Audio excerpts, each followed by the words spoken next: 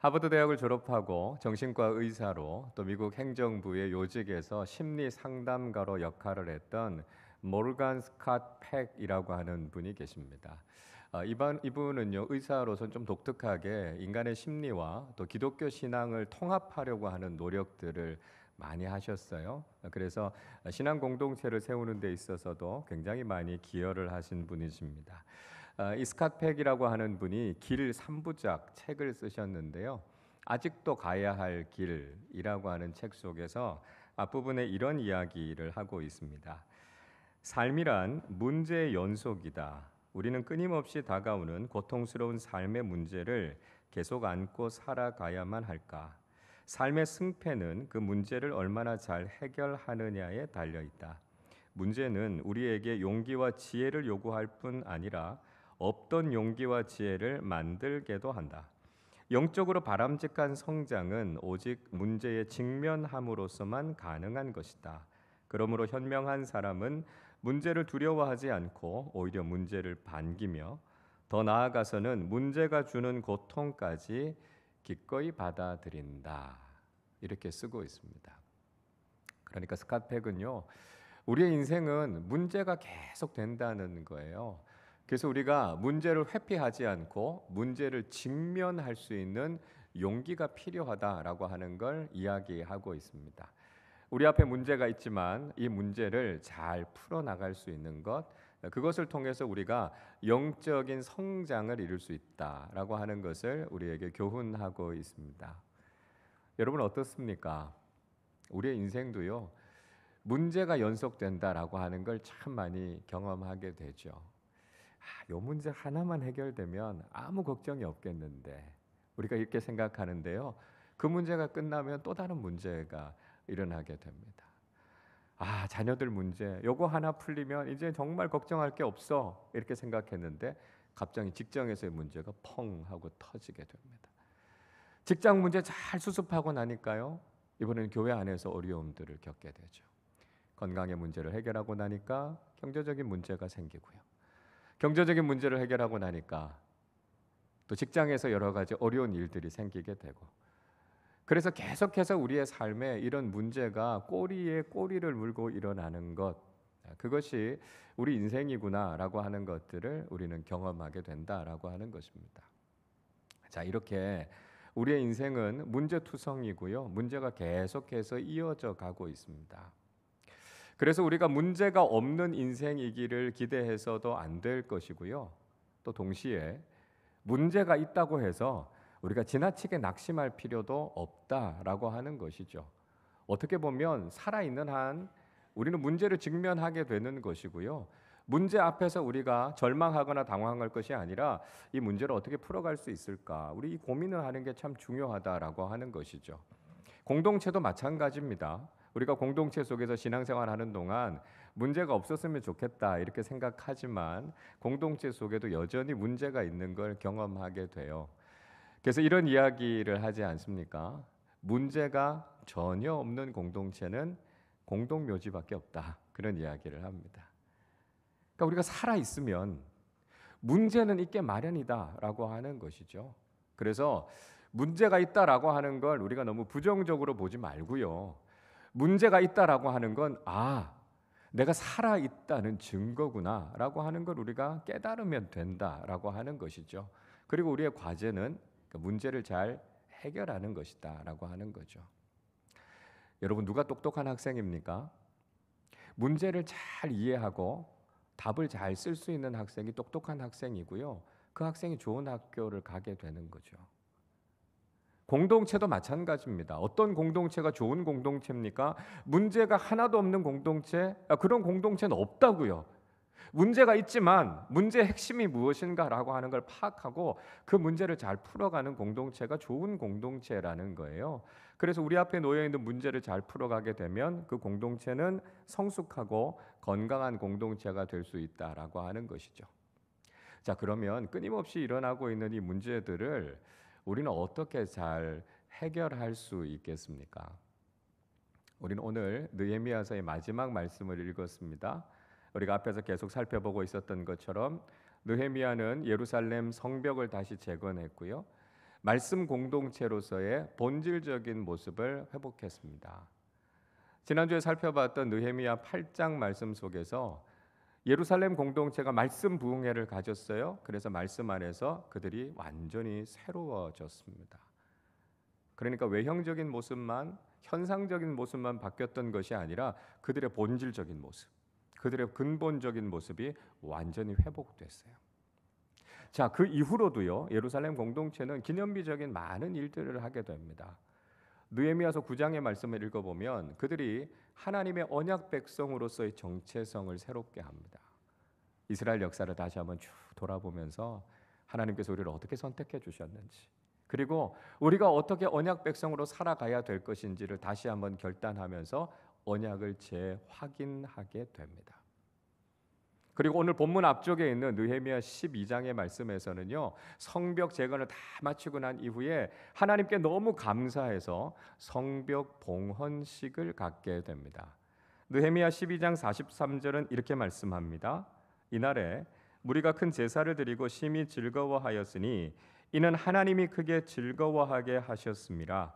부녀와 어린아이도 즐거워하였으므로 예루살렘이 즐거워하는 소리가 멀리 들렸느니라. 그렇게 이야기합니다. 자, 무너졌던 성벽을 재건했어요. 하나님께서 그 과정 속에서 얼마나 큰 은혜를 베풀어 주셨습니까? 하나님 앞에 감사해서 그들이 감사의 예배를 드렸고요. 그들이 기뻐했는데요. 그 기쁨의 소리가 얼마나 컸는지 예루살렘을 넘어서 멀리까지 들렸다. 이렇게 이야기하고 있습니다. 얼마나 기뻤겠습니까? 얼마나 감격이 됐겠습니까? 자, 그런데 오늘 읽은 느헤미야 13장에서는 분위기가 사뭇 달라졌다라고 하는 것을 발견하게 됩니다. 이제는 모든 것이 다 회복되고 이젠 더 이상 문제가 없을 것 같았던 예루살렘 공동체가 또다시 문제에 봉착하게 됩니다. 근데 그 문제는 한 가지가 아니었고요. 여러 가지 문제가 계속해서 일어나게 됐다라고 하는 것을 이야기하고 있습니다. 먼저 1절부터 3절까지의 말씀은 이방 민족들과 이스라엘 민족들이 섞이는 문제가 일어나게 됐습니다.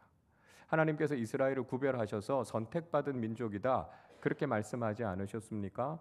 그래서 세상의 다른 사람들과 구별되게 살라고 말씀하셨는데요. 이들이 이방 민족들과 섞이면서 그들이 정체성에 큰 혼란을 경험하게 됩니다. 또 4절부터 9절까지의 말씀은 성전 공간의 사적인 사용의 문제가 일어나게 됩니다. 대제사장 엘리야십이라고 하는 사람이 악한 사람인 도비야라고 하는 사람에게 성전의 한 방을 내줘요. 그리고 자유롭게 사용하게 만들어줍니다. 원래 그 방은요, 예배 드릴 때, 제사 드릴 때 쓸 수 있는 물건들과 재물들을 보관하는 장소였는데 그걸 사적으로 부당하게 사용할 수 있도록 허락해주는 아주 심각한 문제가 일어나게 됩니다.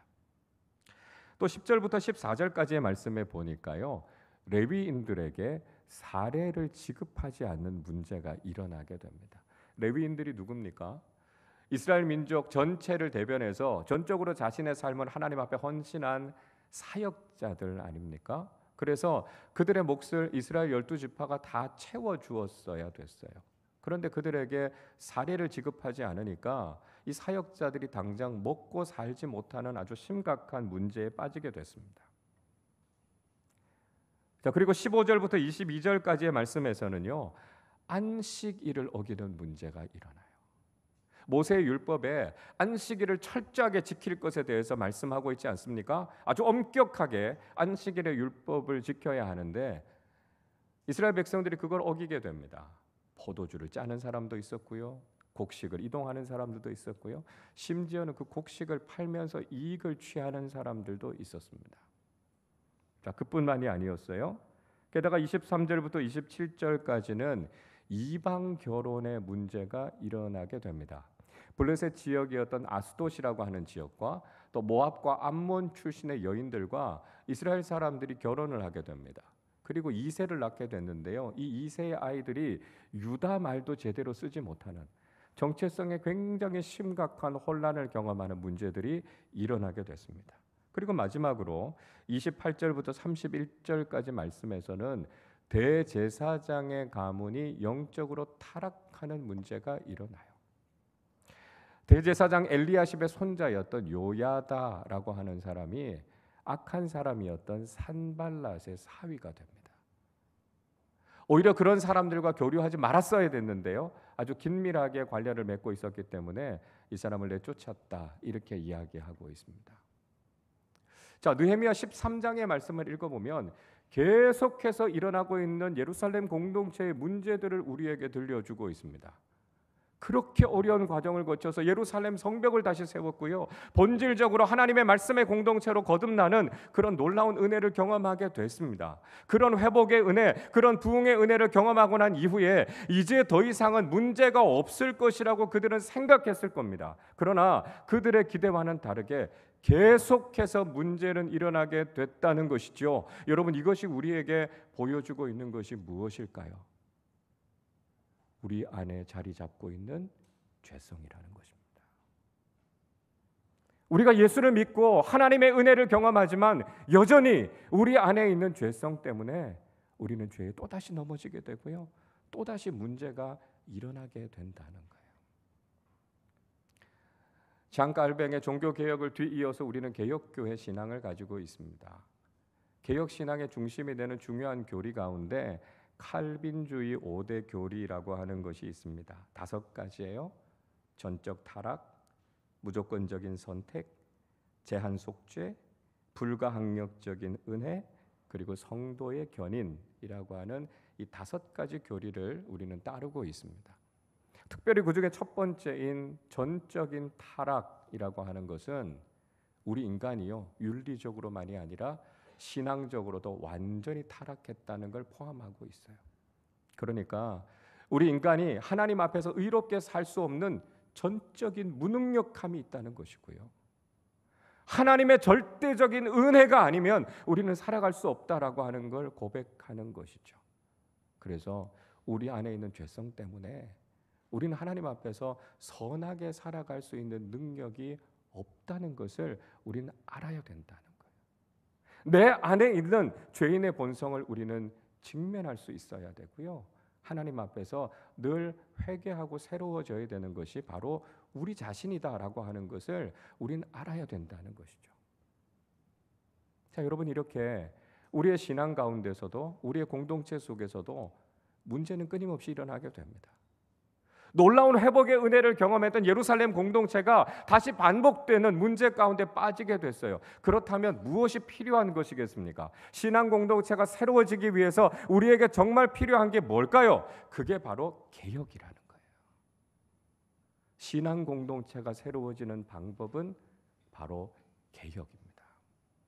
이 개혁이라고 하는 말의 사전적인 의미는요, 어떤 기구, 어떤 조직 같은 것들을 새롭게 세우거나 아니면 잘못된 것들을 완전히 뜯어 고쳐서 새롭게 세우는 것을 의미하고 있습니다. 자, 이 개혁이라고 하는 말은 변화라고 하는 말보단 더 급진적인 말이죠. 그리고 혁명이라는 말보단 좀 온건한 말이라고 할 수 있습니다. 자, 다시 한번 개혁이라는 말을 설명하면 이런 거예요. 개혁이라고 하는 것은 본질적인 것을 잘 지키면서 바꾸어야 할 것들을 과감하게 바꾸는 것, 이걸 가리켜서 개혁이라고 이야기합니다. 자, 우리는 개혁교회에서 신앙생활을 하고 있어요. 우린 개신교회에서 신앙생활하고 있습니다. 개혁교회는요, 카톨릭이 가지고 있었던 비성경적인 교리와 잘못된 교권주의에 대해서 반대해서 교회의 잘못된 모습을 완전히 뜯어 고친 교회가 바로 우리 개혁교회입니다. 개혁교회는 성경의 가치를 소중하게 여기면서 성경적이지 않은 인간적인 모든 잘못된 것들과 오류들을 완전히 버리고 하나님 앞에서 새로워지기를 추구하는 교회가 바로 우리 개혁교회입니다. 개혁교회의 슬로건 여러분 잘 아시죠? 개혁된 교회는 날마다 개혁되어야 한다라고 하는 슬로건을 가지고 있습니다. 자, 이 말 속에는요, 여전히 우리에게 문제는 계속되고 있다는 것을 전제하고 있는 겁니다. 문제가 있으니까 우리 날마다 새로워져야 되는 거예요. 우리 자신이 하나님 앞에서 개혁되어야 될 대상이라는 것이죠. 우리가 가만히 있으면 저절로 의롭게 선하게 살아가는 존재가 아니기 때문에 우리는 하나님 앞에서 날마다 새로워지지 않으면 우리는 바른 신앙을 가질 수 없다는 거예요. 그래서 우리 개인에게도 우리 공동체에게도 필요한 것은 바로 영적인 개혁이다라고 하는 것을 이야기하고 있습니다. 자, 여러분, 그렇다면 어떻게 개혁이 이루어져야 하겠습니까? 첫째로요, 말씀에 근거한 개혁이 이루어져야 한다는 것입니다. 오늘 본문 1절 말씀 우리 같이 읽겠습니다. 그날 모세의 책을 낭독하여 백성에게 들렸는데 그 책에 기록하기를 암몬 사람과 모압 사람은 영원히 하나님의 총회에 들어오지 못하리라. 문제가 계속되고 있는 예루살렘 공동체를 향해서 느헤미야가 모세의 율법책을 다시 펼쳐서 읽어줍니다. 그리고 무엇이 잘못됐는지를 이야기해주고 있습니다. 모압 사람들, 암몬 사람들은 근본적으로 악한 사람들이니까 그들과 상종하면 안 된다라고 하는 이야기를 해줍니다. 자, 이 율법의 근거는요, 신명기 23장 3절에 나오는 말씀입니다. 이렇게 기록되어 있어요. 암몬 사람과 모압 사람은 여호와의 총회에 들어오지 못하리니 그들에게 속한 자는 10대뿐 아니라 영원히 여호와의 총회에 들어오지 못하리라. 암몬 사람들과 모압 사람들은 영원히 하나님의 백성이 되지 못할 것이다. 10대가 지나도 가능하지 않다. 이렇게 말씀하고 있습니다.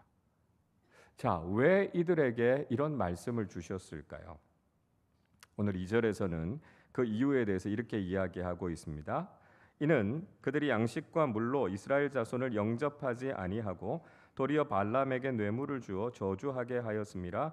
그러나 우리 하나님이 그 저주를 돌이켜 복이 되게 하셨다 하였는지라 말씀하고 있습니다. 이스라엘 백성들이 출애굽해서 광야 길을 걷고 있었어요. 그런데 모압과 암몬 사람들이 이스라엘 백성들을 영접하지 않았다는 것입니다. 그것만이 아니었어요. 거짓 선지자인 발람을 돈으로 매수해서 이스라엘 백성들을 저주하도록 했던 사람들이 바로 이 사람들이라는 거예요. 근데 하나님께서 그들의 저주를 막으시고 오히려 이스라엘에게 축복을 내려주셨던 것이죠. 그래서 하나님의 백성을 향해서 악한 의도를 가지고 있는 사람들과 교제하지 말라 말씀하셨습니다. 자, 이 말씀을 듣고 그들이 그 민족들과 분리되어졌다. 그렇게 이야기하고 있습니다.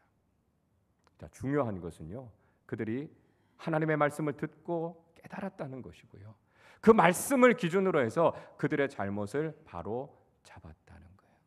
여러분, 개혁의 기준은요, 하나님의 말씀이 되어야 된다는 것입니다. 우리의 생각이나 우리의 지식이 개혁의 기준이 되는 것이 아니라 지금도 살아계시는 하나님의 말씀 앞에서 무엇이 옳은 것인가라고 하는 것을 우리는 분별할 수 있어야 된다는 것이죠. 교회 안에서도 개혁에 대해서 주장하시는 분들이 있습니다. 그러면서 이렇게 이야기를 하세요. 세상이 이렇게 바뀌었는데 우리도 이렇게 바뀌어야 되는 거 아닙니까? 이렇게 이야기해요.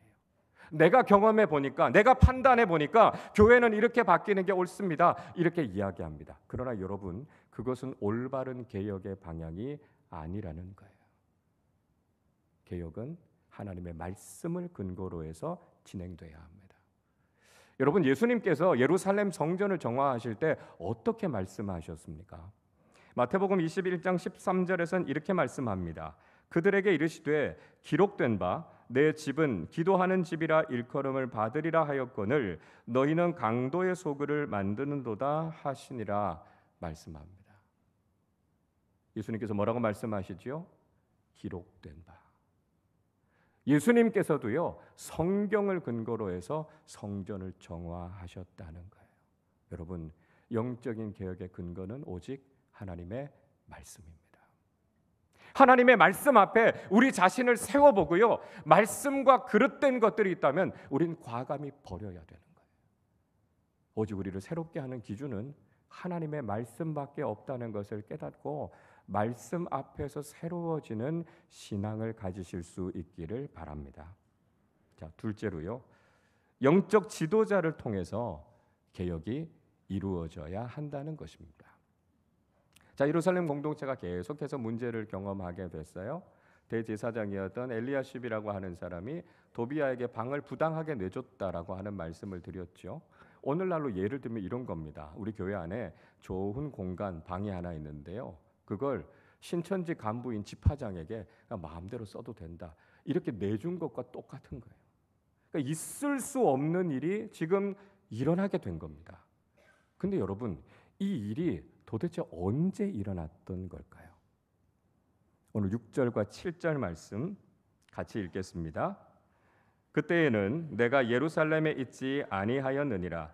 바벨론 왕 아닥사스다 32년에 내가 왕에게 나아갔다가 며칠 후에 왕에게 말미를 청하고 예루살렘에 이르러서야 엘리야십이 도비아를 위하여 하나님의 전뜰에 방을 만든 악한 일을 안지라.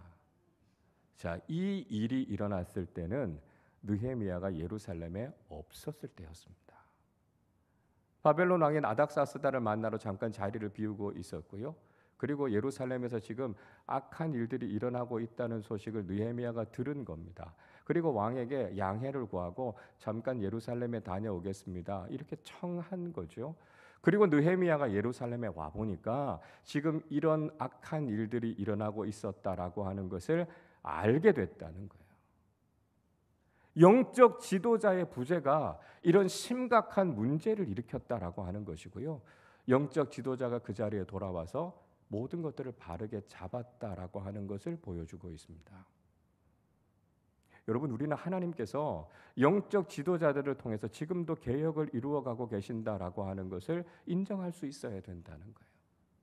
하나님께서 공동체 속에 영적 지도자를 세우셨다라고 하는 것은 하나님의 대리자로 세워주셔서 그를 통해 하나님의 뜻을 이루게 하시고자 하는 하나님의 계획이 있다라고 하는 것이죠. 그렇기 때문에 영적인 지도자들을 존중할 줄 알아야 하고요. 교회의 영적인 질서를 잘 따르는 것이 참 중요하다는 것입니다. 신앙생활을 하면서 영적 지도자들의 조언을 구하는 것이 참 중요하고요. 우리가 마땅히 알려야 될 일이 있으면 지도자들에게 잘 알리셔야 됩니다. 그래서 교회에서 일들을 진행할 때는 절차를 따라서 진행하는 것이 참 중요하고요. 그것이 모든 지도자들이 아는 상황에서 진행되도록 하는 것이 아무런 문제가 없다라고 하는 것이죠. 여러분, 우리 교회는 장로교회입니다. 장로교회에서는요, 교회 리더 그룹의 역할을 하는 곳이 바로 당회입니다. 그래서 교회 여러 기관들은 당회와 아주 긴밀한 관계를 가져야 하고요. 당회의 영적인 지도를 잘 따르는 것이 참 중요합니다. 안수집사회, 권사회, 남녀 선교회, 모든 작은 교회들, 교회 안에 있는 모든 그룹들이 당회의 지도를 잘 따르는 것이 중요하고요. 교회 전체가 어떤 방향으로 가고 있는가라고 하는 것을 바르게 알고 또 함께 의견들을 잘 나누는 것이 중요해요. 당회원들도요, 늘 영적으로 깨어 있어야 되죠. 그래서 하나님의 뜻대로 교회를 잘 이끌어가고 교회를 개혁하기 위해서 늘 하나님 앞에 기도해야 된다는 거예요. 공동체가 올바른 개혁을 이루기 위해서는 지도자와 공동체가 서로 신뢰하는 가운데 하나님께서 원하시는 뜻을 이루어가는 것이 참 중요하다라고 하는 것을 우리는 깨달아야 된다는 것입니다. 자, 셋째로요, 하나님의 주권 속에서 개혁이 이루어져야 한다는 것입니다. 느헤미야 13장을 읽어보면요, 아주 특징적인 걸 발견하게 돼요. 문제가 일어납니다. 느헤미야가 그 문제에 대해서 조치를 해요. 그리고 나서 느헤미야가 하나님 앞에 드리는 기도가 반복적으로 등장하고 있습니다. 오늘 본문 뒤쪽에 있는 14절에서 느헤미야가 이렇게 기도해요. 내 하나님이여, 이 일로 말미암아 나를 기억하옵소서. 내 하나님의 전과 그 모든 직무를 위하여 내가 행한 선한 일을 도말하지 마옵소서. 이렇게 기도하고 있습니다. 자, 레위인에게 사례를 지급하지 않는 문제가 일어나게 됐어요. 그래서 이 문제를 바르게 잡고 난 이후에 느헤미야가 하나님 앞에 기도합니다. 하나님, 제가 선하게 했던 일이 무용지물이 되지 않도록 하나님 도와주십시오. 이렇게 기도합니다. 22절은 이렇게 말씀해요. 내가 또 레위 사람들에게 몸을 정결하게 하고 와서 성문을 지켜서 안식일을 거룩하게 하라 하였느니라. 내 하나님이여, 나를 위하여 이 일도 기억하시옵고 주의 크신 은혜대로 나를 아끼시옵소서. 이렇게 기도합니다. 안식일을 범한 문제가 일어나게 됐어요. 그래서 그것에 대해서 조치를 취해서 바르게 잡고 난 이후에 하나님께 기도합니다. 하나님, 제가 행한 일들을 기억해 주시고 하나님 은혜를 베풀어 주셔서 저를 아껴 주세요. 저를 잘 지켜 주세요. 세워 주세요. 이렇게 기도합니다. 마지막에 있는 31절에서 이렇게 또 기도해요. 또 정한 기한에 나무와 처음 익은 것을 드리게 하였사오니 내 하나님이여 나를 기억하사 복을 주옵소서. 이렇게 기도합니다. 대제사장의 가문에 잘못된 것들을 바르게 잡고 그 사람을 쫓아내고 난 이후에 하나님, 저를 기억해 주세요. 은혜를 베풀어 주세요. 하나님께서 이를 주관해 주세요. 그렇게 기도하는 거예요.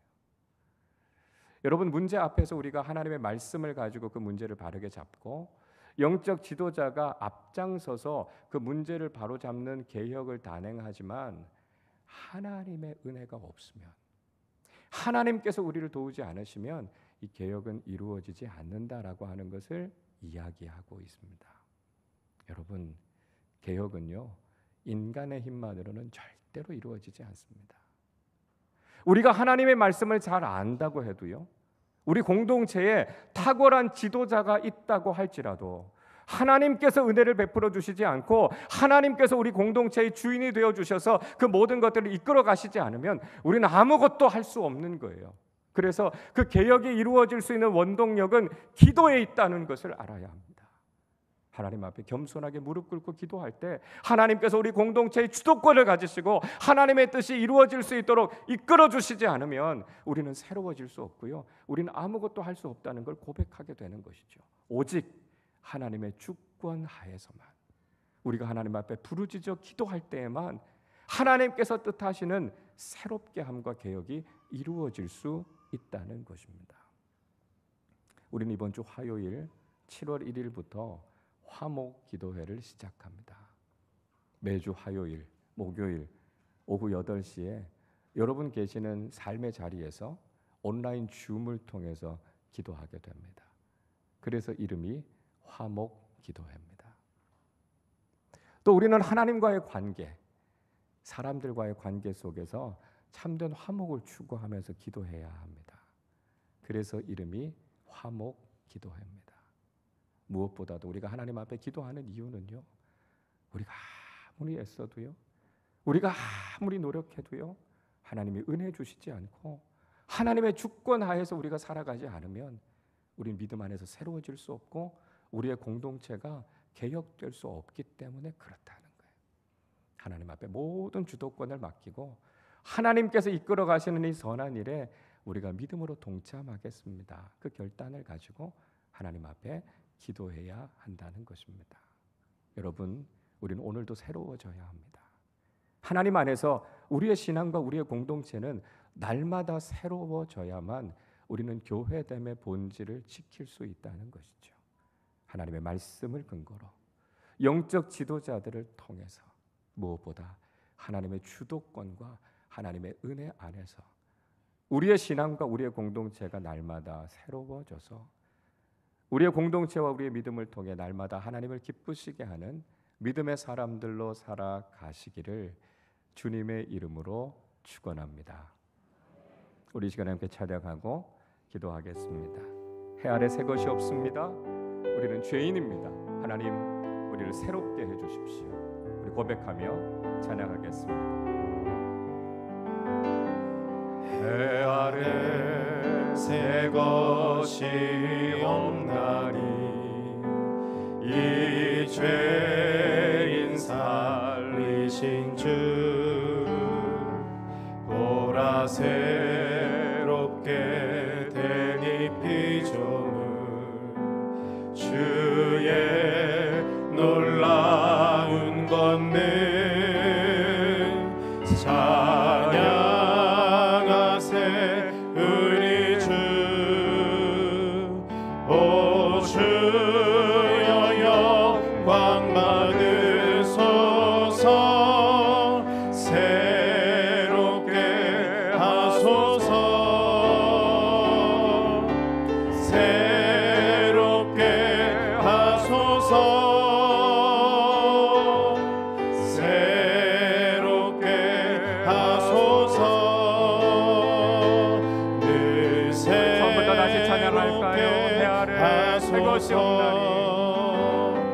해 아래 새 것이 없나니 이 죄인 살리신 주 보라 새롭게 대리피 조물 주의 놀라운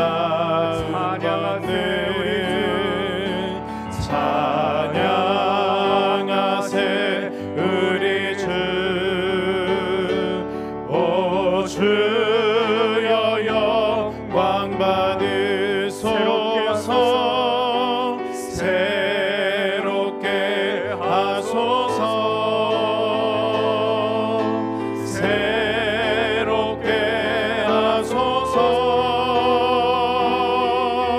새롭게 하소서 늘 새롭게 하소서 새롭게 하소서 새롭게 하소서 새롭게 하소서 늘 새롭게 하소서. 우리 시간에 함께 기도하겠습니다. 여러분, 우리는 날마다 새로워져야 하는 존재입니다. 우리는 우리의 죄성을 직면하는 사람들이 돼야 합니다. 우리 스스로의 결단으로 우리는 하나님이 선하시고 기뻐하시는 모습으로 살 수 없습니다. 그래서 우리 인생에도 문제가 있는 것이고요, 우리 공동체에도 끊임없는 문제들이 일어나는 것입니다. 그러나 문제 앞에서 개혁될 수 있다면, 문제 앞에서 새로워질 수 있다면 그것이 우리를 영적인 성숙으로 이끌어가게 될 것입니다.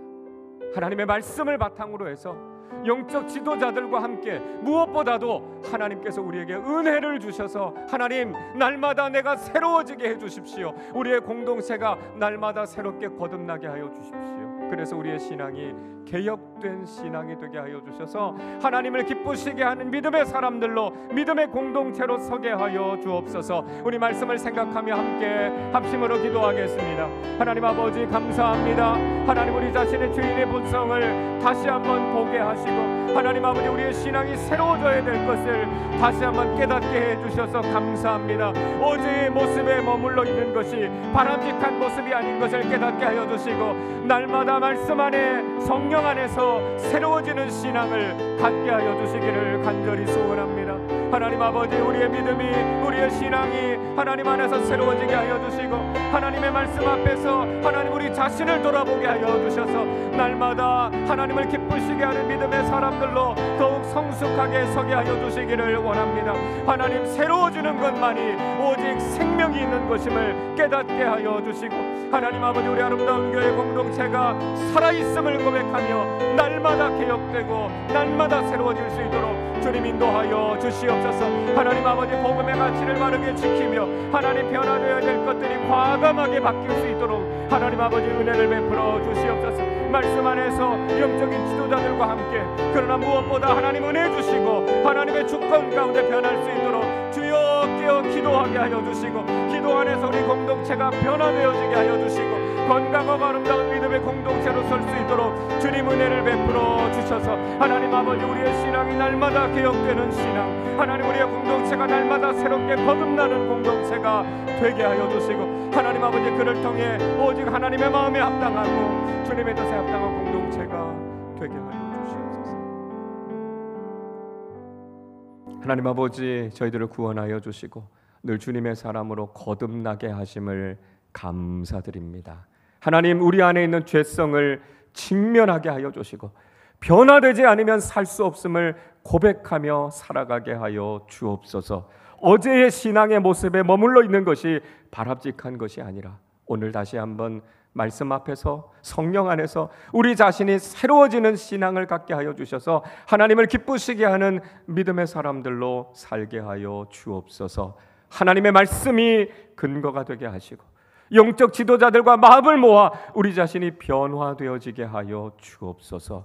무엇보다 하나님의 은혜가 없으면, 하나님의 주권 안에서만 우리가 새로워질 수 있음을 고백하게 하여 주셔서 하나님의 은혜를 구하며 간절하게 기도하는 믿음의 공동체가 되게 하여 주옵소서.